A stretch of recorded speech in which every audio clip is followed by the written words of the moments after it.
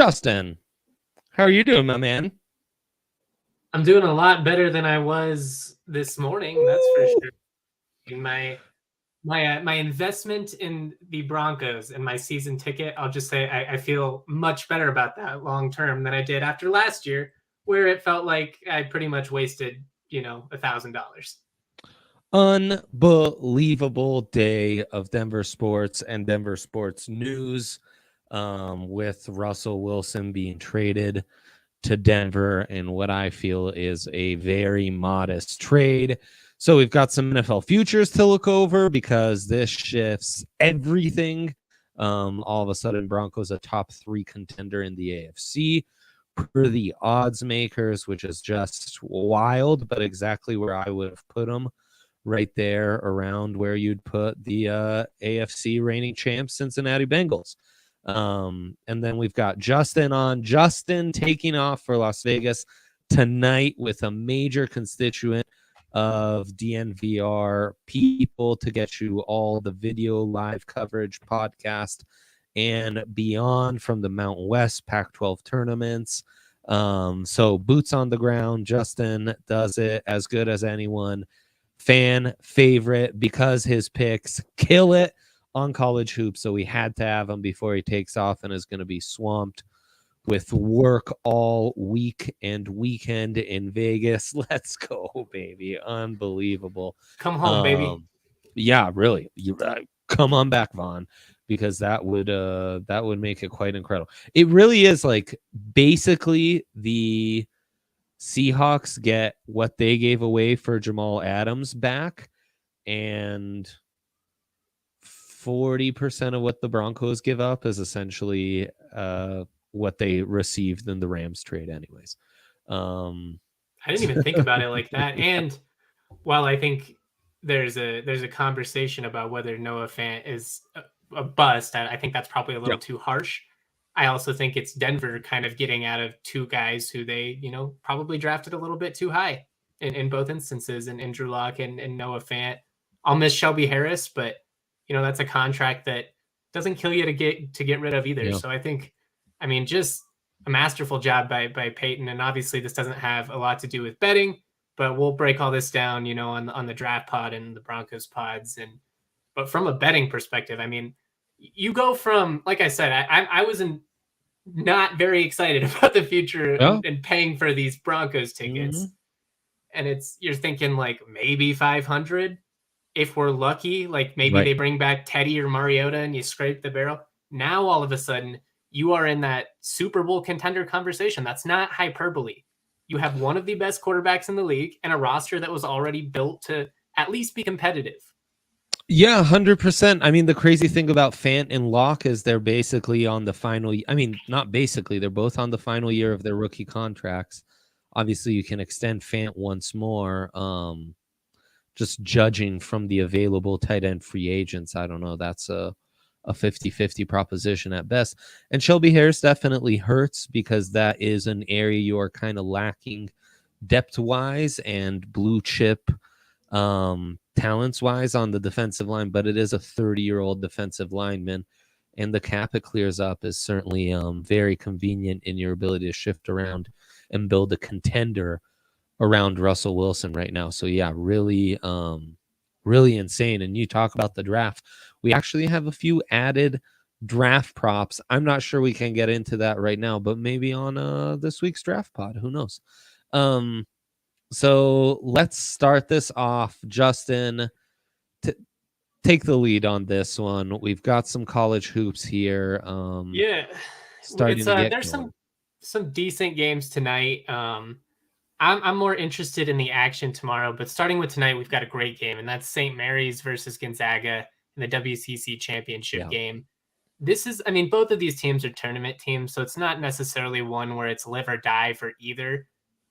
St. Mary's is the only team that's taken down Gonzaga in the WCC tournament in the last 6 years, I believe. And I actually just happened to bet on it that day when I was out in Vegas, just on a flyer. Made a really nice payout, but I like them to cover the 12.5 point spread. I think Gonzaga is definitely the better team. St. Mary's is one of the better defensive teams in the country.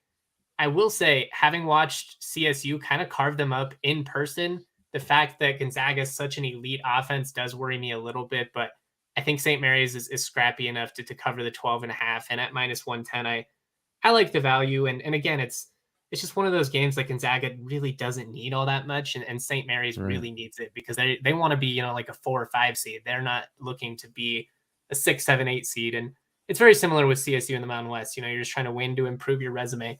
Going to tomorrow, we've got Air Force and Utah State. I know it's a small total, but I like the under. And it's just because both of these teams, they play slow pace in the half court. Utah State, they're great defensively. It feels like a 60-50 type game, finish with like 110 points, maybe 115. I feel like you have a pretty nice buffer here at 128.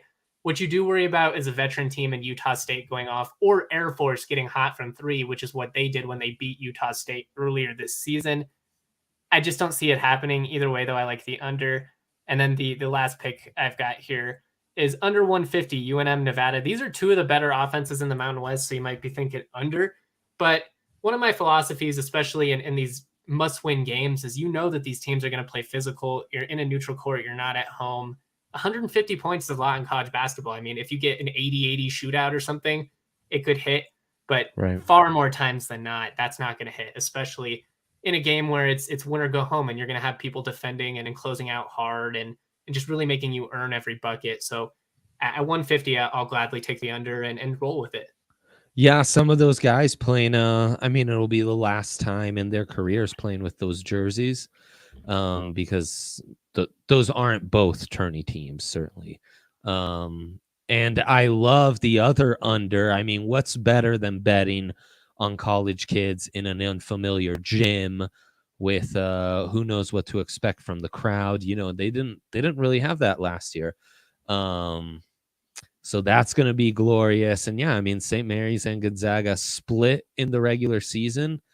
And I think there's a little extra juice to win the conference when you're in one of those conferences with the dominant, constant front-running team. The Clemson of the ACC, what Boise's been to football in the Mount West. There's an extra chip for St. Mary's to really come through and win that. Obviously, a ton of talent on Gonzaga. It is a younger team, though. You never know what you can get. It's not like last basically year. They're complete opposites. Like, this is a Gonzaga team with a lot of freshman and sophomore talent. This is a St. Mary's team that's been playing together for 5 years now. I mean, I feel like I've been watching Tommy Kuzi, their point guard, since I was in high school. But I don't know. I mean, I guess you could also argue that Gonzaga is going to have a chip on their shoulder as well after blowing it against St. Mary's last time and losing it. And, they might want to come out and all of a sudden, it's like the definitive Gonzaga win and they win by 30. And they're like, see, we're a 1 seed mofo. But I believe in this. I believe in the experience of this St. Mary's team in a game that matters this much. I don't have the confidence to be like, they're going to beat Gonzaga again. But do I think they could hang with them, lose by 10? Yeah, exactly. Right. And Gonzaga get a little tight. Yeah, 12.5 seems great. I feel like if Gonzaga didn't have the perception advantage, this line's probably closer to like 9.5. I agree. Maybe even more like 8, just given the success of both teams. Like, it's just kind of one of those where they're like, Gonzaga's Gonzaga. They never lose in the WCC, which is generally true. But when they do, it tends to be to St. Mary's. So I like them to cover 100%. The spread. 100%. Love that. And I love that you give us a little prep for tomorrow, but the big game tonight, we do get to follow along. So well done by you, Justin. Always delivering on the college hoops for us. Let's get to my bets here. Got to get you some Avs action. That was a fun one last night. And I cannot believe in the Safeman's SGP that I somehow managed to talk Jesse, who gave us over 4.5 goals, Avs to win, and Nathan McKinnon to be the goal scorer. I talked him out of the McKinnon goal scorer into Mikko. Absolutely devastating because that would have hit. It doesn't hit with Mikko. So stupid. I hate myself so much for it, but we're going to get right back on the saddle here. They play the New Jersey Devils. You know what that means, Justin? It's a little revenge of the Colorado Rockies derby here. The Devils, the team that the Rockies went to. You always hear about the Sonics and Browns and Baltimore Colts. No one talks about the Colorado Rockies being stripped. Good point. They stole our team. Exactly. They stole our damn team, Justin. So they got it coming. They got a backup goalie here. We got Darcy in net trying to, another get back on the saddle. Highly motivated. Jack Hughes breaking out. It's two potent offenses. So the over's hot. The Avs in 60 minutes is hot because it's such a disadvantage in net for the Devils. And I'm taking the Maple Leafs puck line here against the Seattle Kraken. Maple Leafs with Jack Campbell in goal, while the Kraken have Grubauer. As everyone who knows and follows this show, Grubauer having a pretty good season, especially after some of the struggles in the first third. The Kraken just play awful when he's on goal. Just awful. I feel for him, man. I liked Groupie a lot when he was out here. It was fun. We had a great playoff run with him. But I mean, as you've made clear now for months, fading the Kraken is a profitable strategy. They're not a good hockey club. Like, they're just not. They are awful. And the few upsets they will pull off are when Drieger's in goal. There's just something about Groovy being in net. So you're going to get better odds because he's in net, and they're less likely to win. It's just the perfect combination. Frankly, you can't beat it. So all of that found at the King of Sportsbooks, DraftKings Sportsbook. Download their app now. Use that code DNVR. All sorts of incredible offers. Look, you got to do is bet $5. You're going to get $200 in free bets if your team wins in the conference championship. So we're about to dive into all of these. You take this advice. You're not on DraftKings yet. One, you're crazy. I don't know what you're doing. They're the best in the land. Truly. But take one of these, place it, build up that account, and go into March Madness with a nice little bankroll and hit those promotions too, because they're coming, because DraftKings just always hooks it up. I mean, I'm to a point now, I'm going to Vegas. I'm not even I'll go watch the games in the sportsbook, but why would I bet anywhere else? I got DraftKings. It's right on my phone. It's so convenient. Freaking love them. I mean, you said it all. I was even seeing right now even bigger boost percentages for your college basketball stepped up parlay. That's great. I'm going to give out Champions League SGP that's boosted for tomorrow's midday games. For who wants to waste time away at work and just have a second screen going on those. DraftKings Sportsbook, man, the best. Use that code DNVR. They'll match that first deposit bonus on top of that incredible offer Justin was talking about for new users, up to $1,000. They will match that deposit bonus. Yeah, give me that read, please. I need the disclaimer. There you go. Enter that code DNVR. Exactly. 21 or older, Colorado only. Bonus comprised of first deposit bonus and a first bet match, each up to $500. Deposit bonus requires 25 times playthrough. Restrictions do apply. See DraftKings.com/sportsbook for details. Gambling problem, call 1-800-522-4700. All right. Let's do this, Justin. Let's get right into the college hoops tourneys. I didn't have a chance to ask you before we jumped into these off air.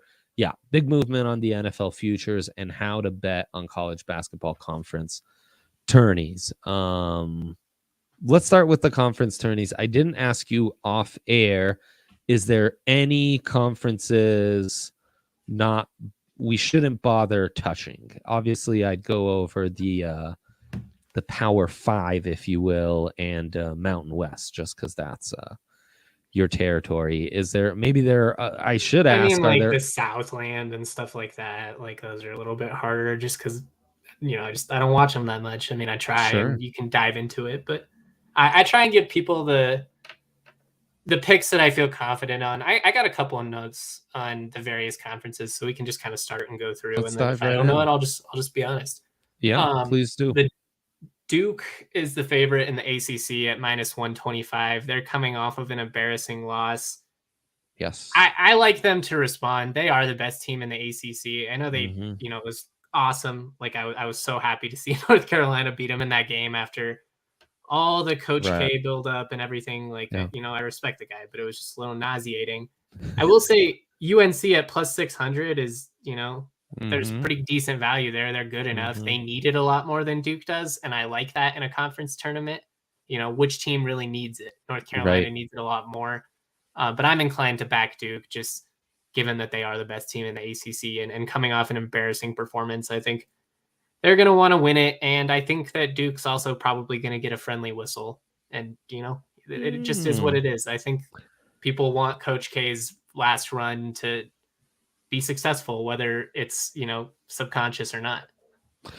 Big Paulo Banchero backer over here. So He's a stud. I'm with you. Yeah, absolute freak. And yeah, I hear you. Also feels like a weaker ACC. There's not like a really strong Virginia It's like a or 3-bid Florida league. They're State. going to get 4 or 5 teams in, but Nuts. they don't deserve it.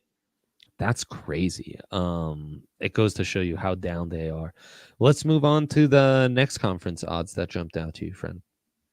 Yeah, let's go to the SEC, which I think is probably going to be one of the more fun conference tournaments, just given the parity in that league. And you could say the same thing about the Big Ten, but I'm very intrigued by Arkansas at plus 750.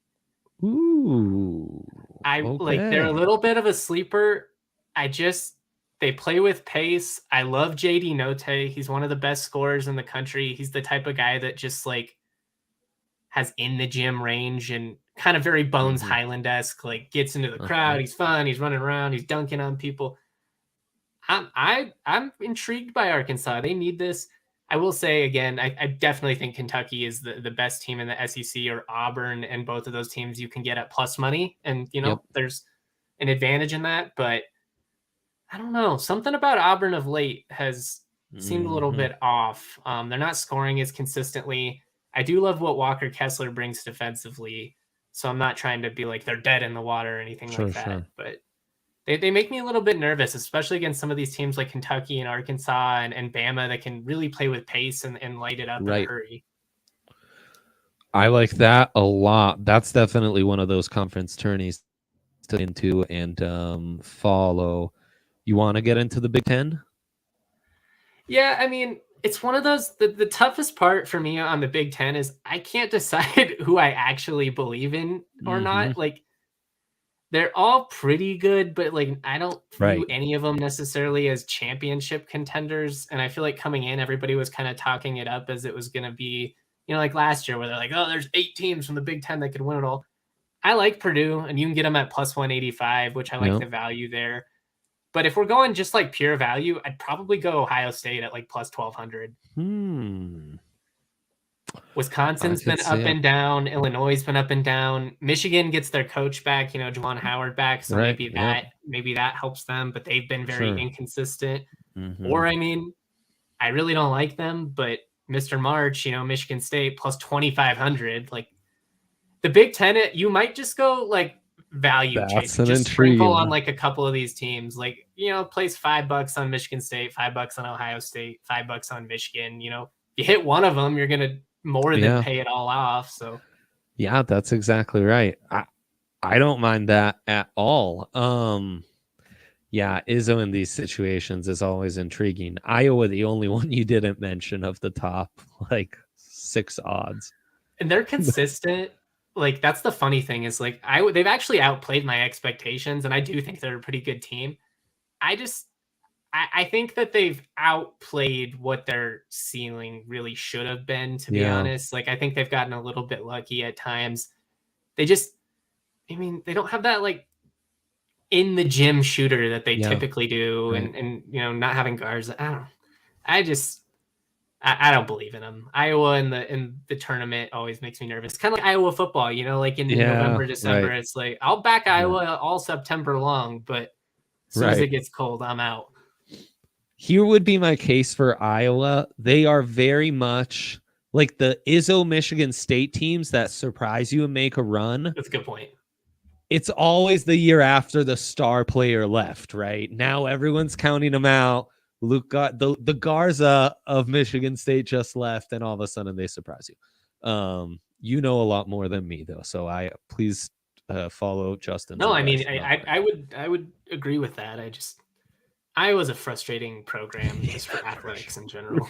Like, they have talent and they outplay it, but then like as soon as you believe in them, then they come back to life, and it's just like it's the carriage turns back into a pumpkin or whatever, and you're just like, God damn it, I fell for it again. It's the classic. They're good when they're dogs and no one believes in them. Exactly. When they're properly rated, they just falter under. They can't handle being a front runner. Yeah, right. Like Syracuse in a play-in game will come in, win that game, and make an Elite Eight run. Syracuse has like a 2 or 3 seed's gonna lose in the first round. Like, it's so true. It's a classic. So I think what we've established, Big Ten parity city, could see tons of teams win and get your sprinkle on there on a few different candidates. Where should we go next? Let's go to the Mountain West, which potentially could be the most fun conference tournament. Obviously, I'm biased. I know all these teams. I follow it, but I'm not the only one saying it. I mean, if you follow college basketball as a whole, people are very into this league right now. Mm-hmm. You have 3 teams, I would say, in Boise State, San Diego State, and CSU that are very comfortably in the field. Wyoming, I think, is a win away from securing their fate. If they lose to UNLV, they're going to be very nervous if any bid stealing ends up happening, and you get like an 8 seed that wins the ACC or something. All of a sudden, Wyoming's probably on the outside looking in. Crazy. That said, they could probably win it all too because they are good enough. At plus 600, the value is certainly intriguing. Plus 330 for San Diego State is great. They're the best defensive team in the country. They lock everybody down. It just kind of seems like they're a lock to make at least the semifinals every year, if not the championship game. At plus 330, I like that a whole lot more than I like Boise State, who I'm not sure this is fair. Boise in this. I don't like them. Plus 280, like, they're a great team, but I don't think they're built to win this type of event. And this isn't necessarily fair, but Leon Rice's teams historically kind of fall short in the Mountain West tournament. It's one of those where they win like 23 games. They do better than everybody expects. And then just when you buy into them, they end up, losing in the Mountain West tournament. That's why I'd be very nervous with them as the betting favorite. If it's me, I'm putting my money on San Diego State at plus 330 or Colorado State at plus 360, because I think those are the best 2 teams in the conference. I think they're the most built to win in this style of event. They're deep. They can defend. They can really force their way in the post. I mean, having a guy like Roddy, if you're CSU, or being able to go to Matt Bradley, if you're San Diego State, that's huge. I mean, we've seen it so many times. Sam Merrill carrying Utah State over the years. Like, you just have to have that guy you can count on. I'm not sure Boise State has that. I think CSU and San Diego State do. I think Wyoming does with Maldonado. So, I mean, at plus 600, there's good value there, but they just make me nervous because they play a 6 to 7 man rotation, and they've really been running on fumes of late. And when Ike is not getting calls, he's just pretty much ineffective. So I don't know. I think the Cowboys stock might have we might have seen the best of it at this point. And then the last one I'll just throw out there is UNLV, obviously at plus 700. So frisky. Yep. They're home. I'm pretty sure UNLV has beaten Wyoming in Las Vegas 19 times in a row. It's something absurd like that. That's who Wyoming plays tomorrow or Thursday, God, whatever day of the week it is, in the quarterfinal in the 4-5 game. So that'll be a really interesting one. That matchup right there is going to drastically impact the odds for all of these teams. I'm inclined to sprinkle a little bit on UNLV just because I love Bryce Hamilton. Love that. Any other Power 5 or other conferences you want to hit up? You haven't got to the Pac-12 yet.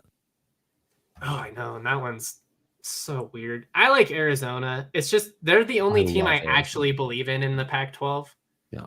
I will say the value is so much better. Like, you can get CU and some of these teams just at absurd value. And like, if you're a fan of these teams, it's fun to sprinkle it because why not? If you have no allegiances, no interest in the Pac-12 otherwise, I'd probably just back Arizona because I think they're by far the best team, and I just don't see any of these teams beating them. 100% defense travels. They are an absolute defensive monster, really deep. I kind of love them. But yeah, you're right. Like, CU's been hot. to end the season. In conference play, they could be frisky at plus 4,000. Arizona State's awful, but they've kind of turned a corner and are playing on They're borrowed weird. They money. weirdly like beat good teams. It doesn't make any sense to me. Well, that's how the tournament's going to be set up. They'll mostly face good teams so they can get out of the early rounds. Then, like, they're kind of similar to UNLV. They're one of those where it's like, shit, by round 2 or 3, you don't really want to see those guys. You'd kind of rather see the Boise States and the USCs, like the highly ranked teams you were expecting to see at that stage. The guys you're used to. Right. Like, we've got a game plan. We know how to handle this. We know where this is going. Instead of some freaky, wacky team with, guys that can just go off on you. Any Big East, anything else? Yeah, I like Providence at plus 500. UConn and Villanova are both favored above them in it.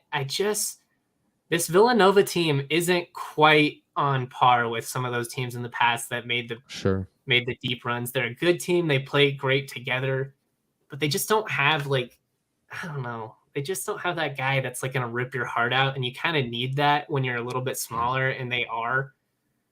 I don't know.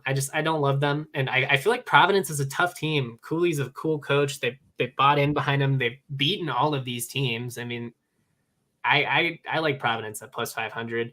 And UConn intrigues me too, but I have a hard time buying into them. And I don't really know what it is. I have a hard time buying into them.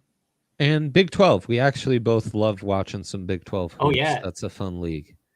I'd go Kansas at plus 200 or Baylor at plus 200, but I lean KU here. I do think they are the best team. They have stumbled a little bit late here, but I just think they're so deep and their scoring.